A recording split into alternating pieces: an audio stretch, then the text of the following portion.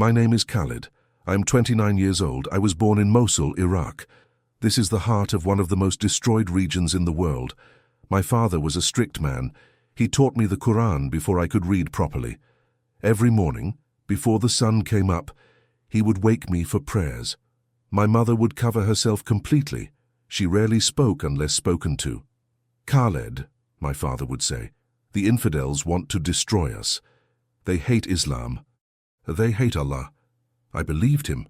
Why wouldn't I? He was my father. Our house was small, 3 rooms, no decorations on the walls, only verses from the Quran. My father said pictures were forbidden, music was forbidden, laughter was often forbidden. A true Muslim must be ready to die for Allah, he told me when I was 8 years old. Death in jihad is the highest honor. I learned to hate before I learned to love. At school, the teachers said the same things. America was evil. Christians were enemies of God. Jews were worse than animals. I memorized these words like prayers. But sometimes, late at night, I felt something strange in my chest. It was not anger. It was not hatred. It was emptiness. I tried to pray more. I tried to be angrier, but the emptiness grew. When I was 15, bombs started falling on our neighborhood. We moved to my uncle's house. He was even stricter than my father. Khalid is old enough to fight, my uncle said. Look at him.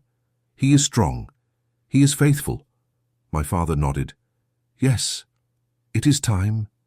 They began taking me to secret meetings. Men with long beards talked about holy war.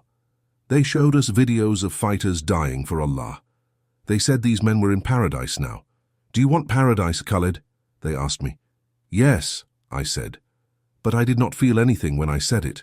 The emptiness was still there, growing larger every day. At 17, I made my choice. Or maybe it was made for me. I joined the jihad. My father smiled for the first time in months. My son, he said, you will make Allah proud. I thought this would fill the emptiness inside me. I thought hatred would become purpose. I was wrong. The training camp was in the desert. 50 young men like me, all angry, all ready to die. They woke us before dawn every day. Cold water, hard bread, then prayers, then weapons training, then more prayers. You are soldiers of Allah now, the commander said. His name was Abu Omar. His eyes were dark and cold. Your old life is dead. Your family means nothing. Only the cause matters. We learned to shoot. We learned to make bombs. We learned to kill without thinking. But the hardest training was in our minds. Christians worship 3 gods, Abu Omar would tell us. They are polytheists. Worse than pagans. He showed us pictures of churches being destroyed. This is what Allah wants, he said. These buildings are an insult to God. Every day, the same lessons. Every day, the same hatred. I tried to feel what the other fighters felt. I watched their faces during the lessons. They looked hungry, excited, like wild animals ready to hunt. But when I looked in the mirror, I saw only tiredness. Why do you look sad? Brother, one of the fighters asked me. His name was Hassan. He was 19 years old, one from Damascus. I am not sad, I lied. I am focused on the mission. Good, he said. We cannot be weak. The enemies of Islam are everywhere. At night, I would lie on my thin mattress and stare at the ceiling. The other men would talk about their dreams. Dreams of martyrdom, dreams of paradise, dreams of killing infidels. I tried to have the same dreams. But when I closed my eyes, I saw nothing. The emptiness was becoming a weight in my chest, heavy, cold. Khaled, Abu Omar called me one day. Come here. I walked to his tent. Inside, it was dark. He was cleaning his rifle. The other commanders have noticed something, he said. He did not look at me. You do not seem excited about our work. My heart started beating fast. I am committed, sir. I am ready to serve Allah. Are you? He finally looked up. Because doubt is a disease, Khaled. It spreads. It kills faith. I have no doubts, sir. Good. He smiled, but it was not a kind smile. Because next week, you will prove it. You will be given a special mission, an honor. He told me about the Christians, about their secret meetings, about how they were spreading their poison in our lands. You will hunt them, Khaled. You will show them the power of true faith. I nodded. I said yes, I said I was honored. But that night, the weight in my chest became heavier, so heavy I could barely breathe. Something inside me was dying, but I did not know what it was yet. I did not know it was my soul preparing to be reborn. The mission was simple. Find the Christians. Capture them. Bring them back. Abu Omar gave me the address. A house near the Syrian border. Intelligence said they met there every Friday night. They call it worship, he said with disgust, but it is rebellion against Allah. I was given 2 other fighters, Mahmoud and Rashid, both older than me, both experienced killers. This will be easy, Mahmoud said as we prepared our weapons. Christians are cowards. They do not fight back. But I felt sick to my stomach. For 3 days before the mission, I could not eat properly. Food tasted like sand. Water felt like poison. I tried to pray more. I recited the verses about jihad. I remembered what my father taught me about killing infidels. Nothing worked. The emptiness was becoming something else, something that felt like hunger. But I was not hungry for food. Khaled, you look pale, Rashid said the night before we left. Are you afraid? No, I lied again. I am ready. Good. Because fear is from Satan. A true believer has no fear. I nodded. But the truth was I was not afraid of dying.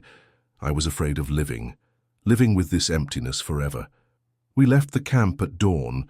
The road to Syria was long and dangerous. American drones flew overhead sometimes. We had to hide in caves during the day. During those long hours in the dark, I would think about the Christians we were hunting. What did they look like? Did they have families? Children? These thoughts scared me. I was not supposed to think of enemies as human beings. Stop thinking so much, Mahmoud told me. Just follow orders. Kill who we tell you to kill, that is all. But I could not stop thinking. On the second night, we stopped in a small village. An old man gave us food and shelter. His house was poor but clean. You are doing God's work, he told us. May Allah bless your mission. I thanked him, but when he was not looking, I saw something on his wall.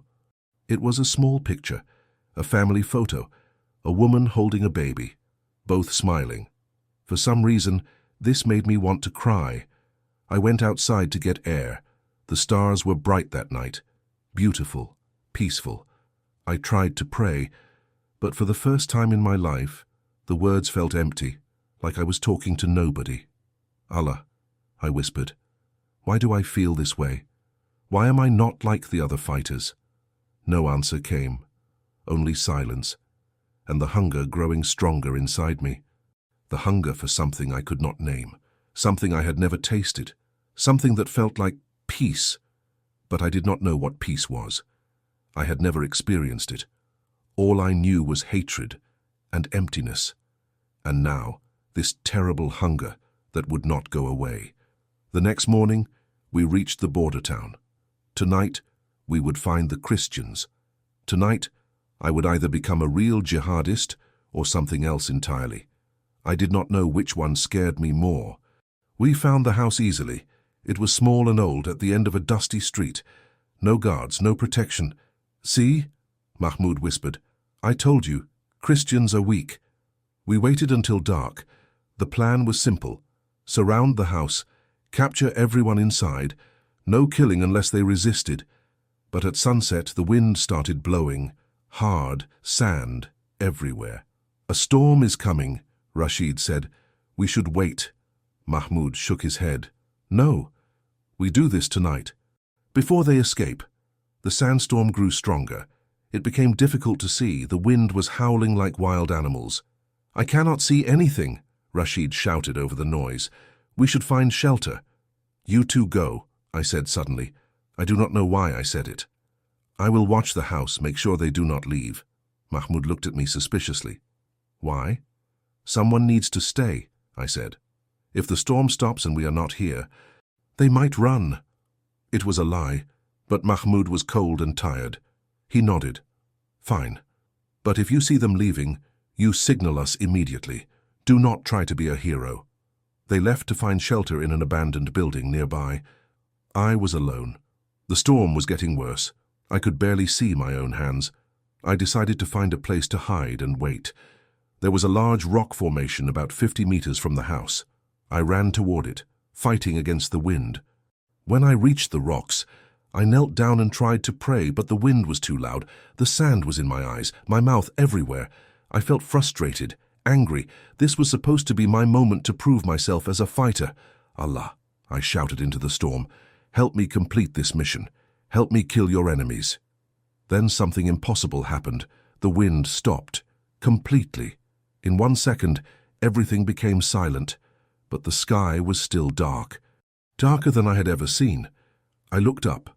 Above me, the darkness was so thick it felt solid, like a black ceiling. Then I saw light, not from the sun or moon, from somewhere else. The light was getting brighter and brighter. I tried to stand up, but my legs would not move. I tried to look away, but I could not. In the light, I saw a figure, a man, but not like any man I had ever seen. He was walking toward me, through the air. His feet were not touching the ground. I tried to reach for my rifle. My hands would not obey me. The man stopped in front of me. The light around him was so bright, but it did not hurt my eyes. His face was kind, peaceful, but his eyes were powerful, like they could see everything inside me. When he spoke, his voice was gentle but strong, like thunder that did not frighten. "Khaled," he said. He knew my name. "Why are you persecuting me?" I tried to speak. No words came out. "I am Jesus," he said. My heart almost stopped. This was impossible. Jesus was dead. Jesus was a lie that Christians told. But looking at him, I knew he was real. More real than anything I had ever seen. "You came here to hurt my children," he said. "But I came here to save you." I wanted to run. I wanted to scream. I wanted to tell him he was wrong. But all I felt was love. Pure love. Coming from him like warm light. It was the opposite of everything I had been taught. It was the opposite of hatred. It was what I had been hungry for my whole life. Jesus stretched out his hand toward me. "Come to me, Khaled. I have been waiting for you." Then the light faded. The wind returned. The darkness became normal darkness again. I was alone on the ground, shaking. When Mahmoud and Rashid found me an hour later, I told them I was sick, food poisoning. They believed me. We abandoned the mission and returned to camp. But I was not sick, I was changed. That night I could not sleep. Every time I closed my eyes, I saw his face. Jesus, the enemy I was trained to hate, had shown me love. And for the first time in my life, the emptiness was gone. Back at the camp, I tried to act normal, but everything felt different. The prayers felt hollow. The hatred lessons felt like poison. When Abu Omar talked about killing Christians, my stomach turned. "You look better, Khaled," Hassan said during weapons training. "Whatever sickness you had is gone." I nodded. But I was not better. I was completely confused. Every night, I had dreams about Jesus. Sometimes he would speak to me. Sometimes he would just stand there looking at me with those eyes full of love. I started asking questions. Careful questions. "Abu Omar," I said one day, "why do Christians believe Jesus is God?" His eyes narrowed. "Because they are deceived by Satan. Jesus was just a prophet, nothing more." "But what if—" I started to say, then stopped. "What if what, Khaled?" "Nothing, sir. I was just wondering." But Abu Omar was watching me now. I could feel it. 2 weeks later, during evening prayers, I made a mistake. We were reciting verses about fighting infidels, about how Allah hates Christians and Jews. But instead of saying Allah says, I whispered, "Jesus." It was quiet. I thought no one heard. But Hassan was next to me. He stopped praying and stared at me. "What did you just say?" he whispered. "Nothing. I said Allah." "No. You said Jesus. I heard you." My heart started racing. "You misheard me, brother." Hassan looked confused, then worried. "Khaled, are you feeling sick again?" "Yes," I lied. "My head hurts. I think I need to rest." I walked quickly to my tent, but I knew Hassan was still watching me. The next day, Abu Omar called me to his tent again. "Sit down, Khaled," he said. His voice was cold. I sat. My hands were shaking. "Hassan came to see me last night," he said. "He is worried about you." I stayed quiet. "He says you have been asking strange questions. About Christians. About Jesus." "I was just trying to understand the enemy better," I said. "Really?" Abu Omar leaned forward. "And he says you spoke the name of Jesus during prayers." "That is not true. Hassan is a faithful brother. He would not lie." Abu Omar's eyes were like ice. "Tell me, Khaled, what happened during your mission in Syria?" I felt trapped. "Nothing happened. I got sick. We came back." "You got sick at exactly the moment you were supposed to capture Christians?" "Yes." "How convenient." Abu Omar stood up. He walked around me like a wolf circling prey. "Do you know what we do to traitors, Khaled?" "I am not a traitor." "No? Then prove it." He called for 2 guards. They came into the tent carrying chains. "You will be isolated until we can investigate properly," Abu Omar said. "If you are innocent, you will be released. If you are guilty—" He did not finish the sentence. He did not need to. They chained me to a post in an empty tent. No food, no water, only darkness. For 3 days I sat alone. Different fighters came to question me. They asked the same questions over and over. "Did you convert to Christianity? Are you a spy? What really happened in Syria?" I denied everything, but I could see in their eyes that they did not believe me. On the 4th day, Abu Omar came back. "We have decided," he said. "Tomorrow you will be executed, unless—" "Unless what?" "Unless you prove your loyalty. There is another group of Christians meeting tonight, 20 kilometers from here. You will lead the raid. You will kill them yourself." He unlocked my chains. "If you refuse, you die. If you run, we will hunt you down and kill you slowly. If you betray us during the mission, we will kill your family in Mosul." I was free, but I was not free. That night, as I prepared for another mission to hunt Christians, I prayed to Jesus for the first time. "Help me," I whispered. "I do not know what to do." And somehow I felt peace. Even in the middle of this nightmare, I felt peace. Jesus was with me. Even here, in the heart of darkness, he was with me. But tomorrow I would have to choose, kill his people or die. I did not know which choice I was brave enough to make. The mission was set for midnight. 5 fighters, including me. We would surround a farmhouse where Christians were hiding. This time, "No prisoners," Abu Omar told us. "Kill them all. Make it quick." I nodded with the others, but inside, I was screaming. We loaded our weapons. We checked our supplies. Abu Omar pulled me aside. "This is your last chance, Khaled," he said quietly. "Prove your loyalty tonight or die tomorrow." "I understand," as I said, but I did not understand anything. I was lost, completely lost. We drove through the desert in silence. The moon was full. Everything was visible. There would be no sandstorm to save me this time. When we reached the farmhouse, we could see light coming from the windows. We could hear voices, singing. "They are singing," one of the fighters whispered, "like they have no fear." We positioned ourselves around the house. I was assigned to the back door. My job was to make sure no one escaped. "Wait for my signal," the leader said. "Then we go in fast." I crouched behind a wall and listened to the singing. It was beautiful, peaceful, nothing like the angry chants I was used to. They were singing about Jesus, about love, about forgiveness. My hands were shaking. I could not stop them. "Jesus," I whispered, "what do I do? If I warn them, my brothers will kill me. If I do not warn them, I am helping to murder your people." Then I heard a voice, not audible, but clear in my heart. "Trust me, Khaled. I will show you the way." The signal came. The other fighters moved toward the front door. I stood up, but instead of moving to the back door, I ran to the front of the house. "Christians!" I shouted as loud as I could. "Run! Fighters are coming! Get out now!" The singing stopped. I heard screaming inside, footsteps running. My fellow fighters turned and stared at me in shock. "What are you doing?" the leader yelled. "I cannot do this," I said. "I will not kill innocent people." "You are a traitor." He raised his rifle toward me. But the Christians inside had heard my warning. They were escaping through windows, through the back door. The mission was ruined. "Kill him!" the leader shouted. I closed my eyes and waited for death, but instead of gunshots, I heard vehicles approaching, military vehicles. The fighters panicked. They ran toward their truck. In the confusion, they forgot about me. I fell to my knees in the dust. I was alone. The Christians had escaped. My former brothers were gone. I had nowhere to go, no one to turn to. "Jesus," I said out loud for the first time, "I give up. I cannot do this anymore. If you want me, take me.